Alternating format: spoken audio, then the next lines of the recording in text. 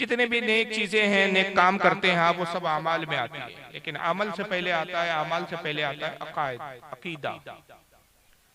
अकीदा ये है कि अल्लाह ताला के ताल्लुक से हमें कैसा तसव्वुर रखना चाहिए, क्या मानना चाहिए, क्या नहीं मानना चाहिए, रसूलुल्लाह के बारे में हमें क्या मानना है, क्या नहीं मानना है। इन चीजों के इल्म का नाम है अकायद का इल्म। और अकायद की अहमियत इस्लाम में ऐसी है जैसे इमारत के लिए जमीन की अहमियत है, कि बगैर जमीन के कोई भी इमारत, कोई भी बिल्डिंग कायम नहीं रह सकती, वजूद में नहीं रह सकती। बिल्डिंग के लिए, किसी इमारत या मकान के कायम के लिए, उसको कायम रखने के लिए जमीन की सख्त जरूरत है। और आप जानते हैं कि जिस जमीन पर इमारत बनाई जाती है, जमीन का मजबूत और पुख्ता और ठोस होना बहुत जरूरी है। अगर जमीन में पिलपिलाट हो, कमजोरी हो, तो कितनी ही आप शानदार इमारत तामीर कीजिए, कितनी ही अच्छी इमारत बनाइए, कितना ही अच्छा उसमें मार्बल लगाइए, दीवारों पे कितनी अच्छी फिनिशिंग कर लीजिए, कितने बड़े बड़े झूमर लगा लीजिए, बेहतरीन डेकोरेशन आप घर में कर लीजिए, लेकिन जमीन, जिस जमीन पर आपने बिल्डिंग तामीर की है, अगर वो मजबूत नहीं है तो एक मामूली सा झटका, मामूली सा जलजला भी उस बिल्डिंग को गिरा देता है। तो ये जो बिल्डिंग है, ये आमाल है गोया, और जिस जमीन पर वो बिल्डिंग कायम है वो गोया अकायद है। सारे आमाल का दारो मदार अकायद पर है। अकायद सही है तो आमाल भी मजबूत है, आमाल भी कबूल है, और अगर अकायद कमजोर है तो कोई अमल भी काम आने वाला नहीं। आप कितनी ही इबादत कर लीजिए, कितनी ही नमाजें पढ़ लीजिए, लेकिन अकीदे में जर्रा बराबर भी कमी और पेशी है तो आपके सारे आमाल क़यामत के दिन बर्बाद हो जाएंगे। वक्त ज्यादा नहीं है कि हम इसकी बहुत सारी मिसालें दें, मैं सिर्फ एक मिसाल देके गुजर जाऊंगा कि इबलीस इतना बड़ा आबिद और जाहिद था, इतनी इबादत करने वाला था कि उससे ज्यादा रुबे जमीन पर आज तक किसी इंसान ने इबादत की ही नहीं। सारे इंसानों की इबादत भी अगर मिला दी जाए तो इबलीस की इबादत के बराबर नहीं हो सकती। उलमा किराम फरमाते हैं कि 90 करोड़ साल उसने अल्लाह की इबादत की। 90 करोड़ साल तो अभी दुनिया की हमारे इंसानों की उम्रें नहीं है जब इंसान का वजूद जब से हुआ। हज़रत आदम अलैहिस्सलाम से इंसान का वजूद है, और जो तखमीना निकाला गया कि हज़रत आदम को जमीन पर आए हुए कितने हैं, तो 7,500 साल का अरसा निकलता है। तो 7,500 साल तो सिर्फ इंसान के वजूद को हो रहे हैं दुनिया में आए हुए। इब्लिस चूंकि जिन्नात में से था, हज़रत आदम से बहुत पहले उसकी पैदाइश हो चुकी। 90 करोड़ साल इबादत की, लेकिन नबी की शान में अदना सी तौहीन की, सजदा करने से, नबी की ताजीम करने से इनकार किया। 90 करोड़ साल की इबादत तबाह बर्बाद हो गई। वजह क्या थी? इमारत तो बहुत शानदार बनाई, 90 करोड़ साल तक अपनी इमारत आमाल की तामीर करता रहा, लेकिन अकीदे की जमीन पुख्ता नहीं थी। तो जब इबलीस के 90 करोड़ साल के सजदे काम ना आए तो अंदाजा लगाइए कि अगर कोई हम में से नबी पाक की शान में जर्रा बराबर भी तौहीन करे तो उसके अकीदे की जब कमजोरी हो तो उसके अमाल कैसे कायम रह सकते हैं। अब अकायद क्या है, हम कैसे जाने कि किन अकीदों को मानना है, किन अकीदों को नहीं मानना है।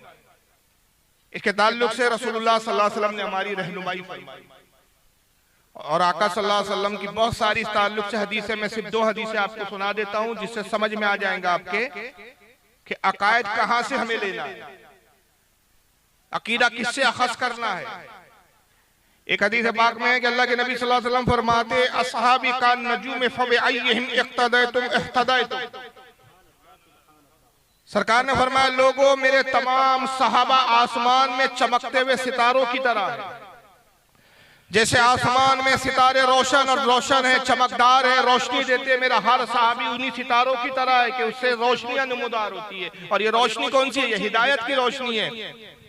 इख्तदैतुम इह्तदैतुम, जिन तुम में से जिसने भी किसी सहाबी की पैरवी करी उसने हिदायत पाई।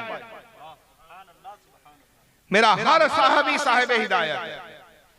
तो अब हमें देखना है कि सहाबा का अकीदा क्या था, वो रसूलुल्लाह को कैसे मानते थे, हुजूर की इज्जत और ताजीम कैसे करते थे। जब जैसा सहाबा ने किया तो वैसा ही हमें अमल करना है। जो सहाबा ने किया वही हमारे लिए सनद और सनद की हैसियत रखता है, इसलिए कि सहाबा के अमल पर रसूलुल्लाह सल्लल्लाहु अलैहि वसल्लम की तस्दीक की मोहर लगी हुई है। और जिस चीज को सहाबा ने पसंद किया उसको रसूल ने पसंद किया, और जिसको रसूल ने पसंद किया उसको खुदा ने पसंद किया। और एक दूसरी हदीस में आका सल्लल्लाहु अलैहि वसल्लम इरशाद फरमाते हैं, इन्ना बनी इसराइल तफर्रकत अला सिंतैन व सबईन मिल्ला व उम्मती तफ्तरिकु अला सलासीन व सबईन मिल्ला। कहा कि कौम बनी इसराइल में इख्तिलाफ हुआ, मूसा अलैहिस्सलाम की जो कौम थी, हम मुसलमानों से पहले जो कौमें गुजरी उसमें एक बड़ी कौम थी बनी इसराइल, जिसमें सबसे ज्यादा अंबिया इकराम पैदा हुए, सबसे ज्यादा अंबिया इकराम तशरीफ लाए। हजरत इब्राहिम अलैहिस्सलाम के बाद से लेकर रसूलुल्लाह के दरमियान में जितने अंबिया और पैगंबर आए सब बनी इसराइल में आए। हजरत इस्माइल के बाद सीधा सिर्फ रसूलुल्लाह है, इस दरमियान में कोई भी पैगंबर बनी इस्माइल में नहीं है। दो कबीले थे, बनी इसराइल और बनी इस्माइल। बनी इसराइल का ताल्लुक हजरत ईसा की नस्ल से है और बनी इस्माइल का ताल्लुक हजरत इस्माइल अलैहिस्सलाम की नस्ल से। रसूलुल्लाह हजरत इस्माइल की नस्ल में पैदा हुए, तो हुजूर और इस्माइल अलैहिस्सलाम के दरमियान में कोई पैगंबर नहीं है बनी इस्माइल में। लेकिन जितने अंबिया आए ईसा अलैहिस्सलाम तक, सब हजरत ईसा से लेकर ईसा तक जितने पैगंबर है, हजरत मूसा है, हारून है, जितने पैगंबर है, अक्सरियत पैगंबर की बनी इसराइल में पैदा हुई। मगर हुआ क्या, इतने अंबिया आने के बावजूद इस कौम में इख्तिलाफ हुआ। हर जमाने में फिरके बनते गए इस कौम में। तो हुजूर फरमाते हैं कि इन्ना बनी इसराइल तफर्रकत अला सिंतैनी व सबईन मिल्ला, कहा कि बनी इसराइल में इख्तिलाफ हुआ तो बनी इसराइल के लोग फिरकों में बटे और उनकी तादाद हो गई फिरकों की 72। वो 72 फिरकों में बटे। वह तफ्तरिकु उम्मती अला सलासीन व सबईन मिल्ला, और मेरी उम्मत में भी इख्तिलाफ होगा, मेरी उम्मत में भी आपस में टकराव होगा, झगड़ेंगी मेरी उम्मत, और झगड़ के लड़ के टुकड़ों में बटेंगी, गुरों में बटेंगी। और जब गुरों में बट जाएंगी तो उनकी तादाद कितनी हो जाएंगी, 73 होंगी। बनी इसराइल 72 हुए थे, मेरी उम्मत 73 फिरकों में बटेंगी। कुल्लुहुम फिन्नार, आका ने कहा सब के सब जहन्नम में जाएंगे।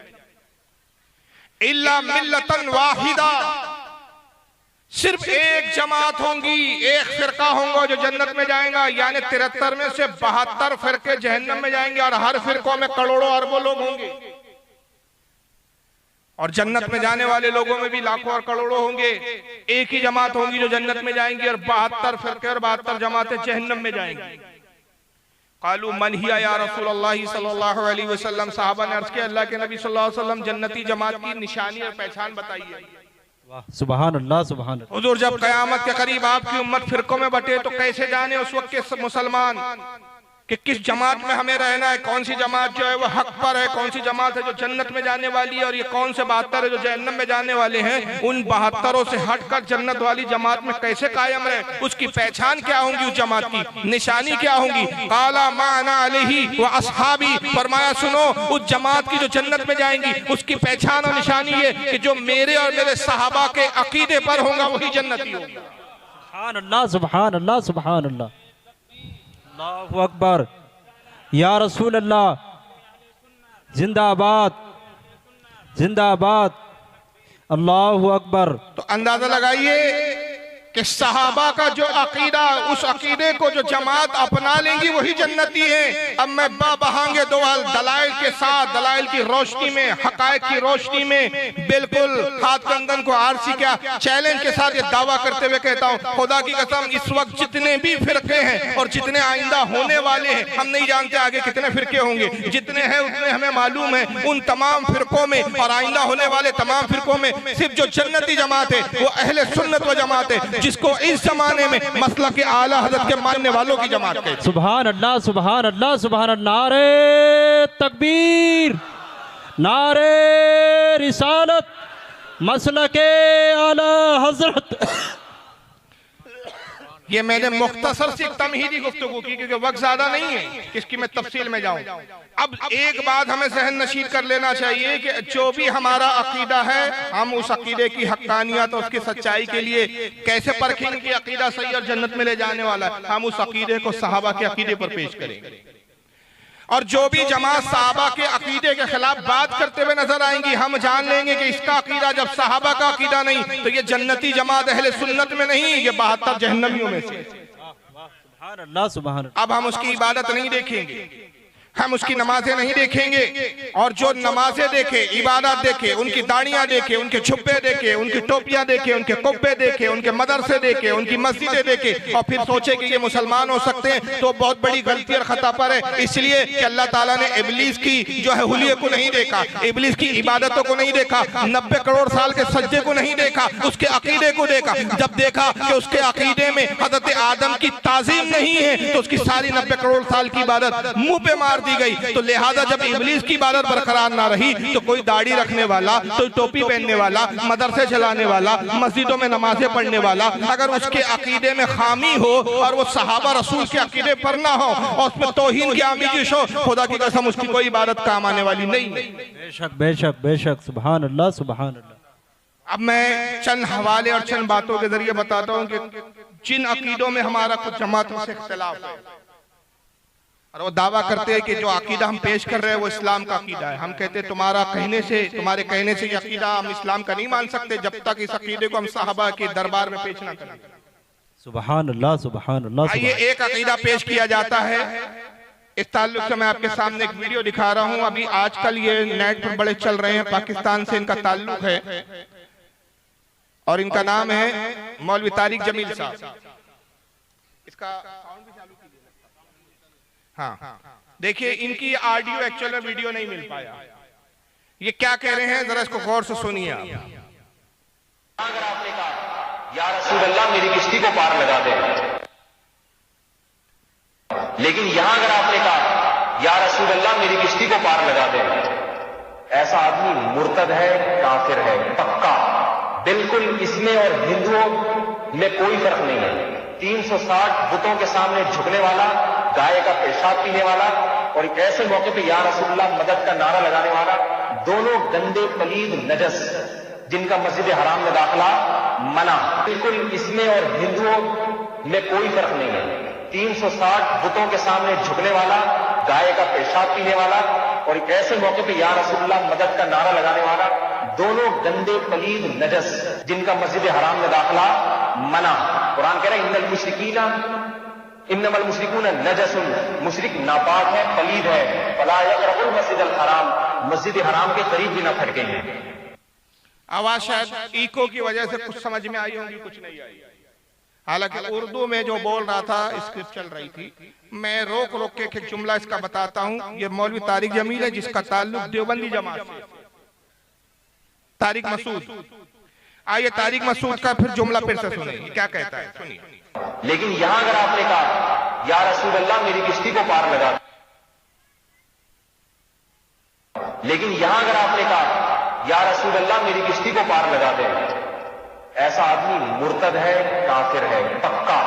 ये कहता है अगर आपने ये कहा या रसूल अल्लाह मेरी कश्ती को पार लगा दीजिए, यानी आपने हुजूर से मदद तलब की, किसी मुसीबत में हुजूर को आवाज दी, किसी तकलीफ में हुजूर को पुकारा, तो वो कहता है कि ऐसा कहने वाला आदमी मुर्तद है, इस्लाम से खारिज है, काफिर है। और काफिर भी कैसा? पक्का काफिर, उसके कुफ्र में कोई शक नहीं है। और फिर किस नौइयत का, किस लेवल का काफिर है, आगे मौलवी तारिक मसूद साहब क्या कहते हैं वो भी सुन लीजिए। हिंदुओं में कोई फर्क नहीं है। 360 बुतों के सामने झुकने वाला, गाय का पेशाब पीने वाला और एक ऐसे मौके पे या रसूलुल्लाह मदद का नारा लगाने वाला, दोनों गंदे पलीद नजस जिनका मस्जिद हराम में दाखिला मना। कहता है इसमें या रसूलुल्लाह कहने वाले में, जो या रसूलुल्लाह कहे उसके कहने वाले में, और 360 बुतों के पूजने वालों में, 360 बुतों के सामने झुकने वाले में कोई फर्क नहीं। जैसे 360 बुतों के सामने झुकने वाला मुशरिक है, वैसे ही या रसूलुल्लाह कहने वाला मुशरिक है। जैसे गाय का पेशाब पीने वाला मुशरिक है, वैसी ऐसे मौके पर या रसूलुल्लाह मदद का नारा लगाने वाला मुशरिक है। दोनों गंदे पलीद नजस और ऐसे नजस, ऐसे नापाक के इनका मस्जिद हराम में दाखिला मना। ऐसे लोगों को मस्जिद हराम यानी मक्का मौज़ूआ में हज बैतुल्लाह के लिए भी आने देना नहीं चाहिए। ये अकीदा सारे देवबंदी और अहले हदीस, नाम निहाद अहले हदीस जमात के लोग पेश करते कि या रसूलुल्लाह नहीं कहना चाहिए, सिर्फ मदद मांगना है तो अल्लाह से। और ताल्लुक से वो कुरान की आयत भी पेश करते हैं दलील में कि अल्लाह ताला कुरान में फरमाता है इय्याका नअबुदु व इय्याका नस्तईन। तर्जमा ये होता है कि अल्लाह फरमाता है कि बंदो तुम इकरार करो, ये दुआ करो कि अल्लाह हम तेरी ही इबादत करें और तुझी से मदद मांगे। तुझी से मदद चाहे तो मदद सिर्फ अल्लाह से, अल्लाह ही मदद कर सकता है, अल्लाह से ही मदद मांगी जा सकती है। और अगर आपने अल्लाह के अलावा रसूल से भी मदद मांगी, किसी वली से भी मदद मांगी, किसी बुजुर्ग से मांगी, किसी साहबी से मांगी, तो आप मुशरिक है। और मुशरिक भी छोटे मोटे नहीं है, ऐसे मुशरिक के मस्जिद हराम में भी आपका दाखिला मना, नजीस है, आप गंदे पलीद है। ये सारी जमात का फतवा है, लेकिन क्या सहाबा का यही अकीदा है? क्या सहाबा इकराम या रसूलुल्लाह कहते नहीं थे? क्या कुरान की आयत का वही मतलब है जो इन्होंने बयान किया? नहीं। देखिए, कुरान की आयत के दो हिस्से होते हैं, एक में अल्लाह ताला अपनी जाती सिफात का इजहार करता है और एक में अपने बंदों के लिए अताई सिफत का इजहार फरमाता है। वाह सुभान अल्लाह सुभान अल्लाह। अब कुरान में तो ये भी है, कुरान में क्या ये नहीं है कि जहां से कुरान शुरू होता है अल्हम्दुलिल्लाहि रब्बिल आलमीन, तमाम तारीफें सिर्फ अल्लाह के लिए, अल्लाह के अलावा किसी की तारीफ ना करो। मगर इन मौलियों से पूछो, क्या ये अपने उस्ताद की तारीफ नहीं करते?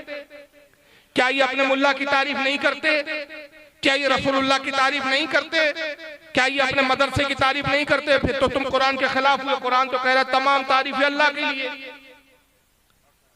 तो इसका क्या मतलब हुआ? पता चला कि हकीकी तारीफ तो अल्लाह के लिए है, मगर अगर किसी बंदे की भी तारीफ की जाए तो उसमें भी अल्लाह की ही तारीफ है, इसलिए कि उस बंदे का पैदा करने वाला भी अल्लाह ही है। सुभान अल्लाह सुभान अल्लाह। मिसाल के तौर पे मैंने एक टेबल बनाया, बड़ा खूबसूरत टेबल है। अब एक साहब आया और टेबल की तारीफ करने लगे, कहने लगे क्या शानदार टेबल बनाया यार आपने, कितनी बेहतरीन फिनिशिंग है, कितनी अच्छी इसकी पॉलिश है, कितनी चमक है। तारीफ वो टेबल की कर रहे हैं। मुझे बताइए, ये तारीफ मेरी हो रही है कि नहीं हो रही है? बेशक हो रही है। हर अक्लमंद जानता है कि टेबल की तारीफ का मतलब टेबल बनाने वाले की तारीफ। ताजमहल की जब तारीफ होती है तो ताजमहल खुद से नहीं बन गया, उसका बनाने वाला है। तो जब ताजमहल की तारीफ की जाती है तो गोया ताजमहल बनाने वाले मजदूरों की भी तारीफ हो रही है, मजदूरों के साथ जो इंजीनियर है उसकी भी तारीफ हो रही है, और जिसने उस बनाने और तामीर में पैसा सर्फ किया यानी शाहजहां की भी तारीफ हो रही है। तो इसलिए जब हम रसूल की तारीफ बयान करते, औलिया की तारीफ बयान करते, तो हकीकत में तारीफ अल्लाह की ही है, इसलिए कि अल्लाह ने ही इस लायक बनाया कि काबिल तारीफ हो गए। वाह सुभान अल्लाह सुभान अल्लाह। तो इससे पता चला कि दो सिफतें हैं अल्लाह, दो बातें होती है, दो सिफात है, एक जाती और एक अताई। जाती सिफतों का मालिक अल्लाह है, हकीकी मददगार अल्लाह ही है, अल्लाह के अलावा कोई मदद नहीं कर सकता। हमारे अहले सुन्नत का अकीदा है कि अल्लाह की मर्जी के बगैर कोई वली, कोई नबी, चाहे रसूलुल्लाह ही क्यों ना हो, जर्रा बराबर भी तसर्रुफ का इख्तियार नहीं रखते।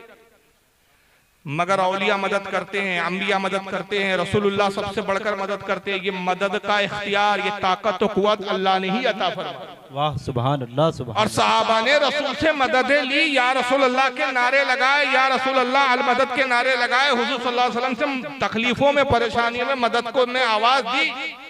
और उनका अकीदा ये नहीं था माज़अल्लाह कि अल्लाह बेबस है, हुजूर ही दे सकते, नहीं। उनका अकीदा यही था कि हुजूर को अल्लाह ने ही इख्तियार दिया है, हुजूर जो कुछ अता करते अल्लाह के देने से ही अता करते। इसलिए कि रसूल की शान ये है अरब की जबान में, खुदा की रजा चाहते हैं दो आलम, खुदा चाहता है रज़ाए मोहम्मद। वाह सुभान अल्लाह सुभान अल्लाह। नारे तकबीर, नारे